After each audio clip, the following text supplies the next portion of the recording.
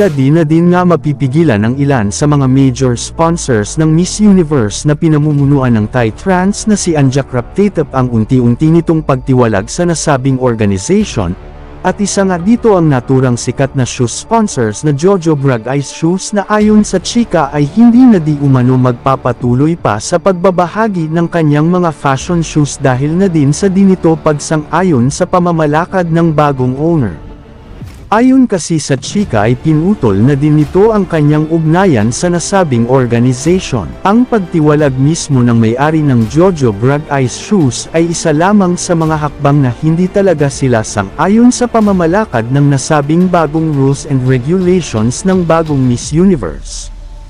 Ayon pa sa chika, nakakasira lang daw ito sa imahe ng kanilang produkto kaya hindi na magpapatuloy ang Jojo Brag Ice Shoes na mag-sponsor sa darating pa na Miss Universe competition hanggat ang trans Thai pa ang may-ari ng nasabing organization.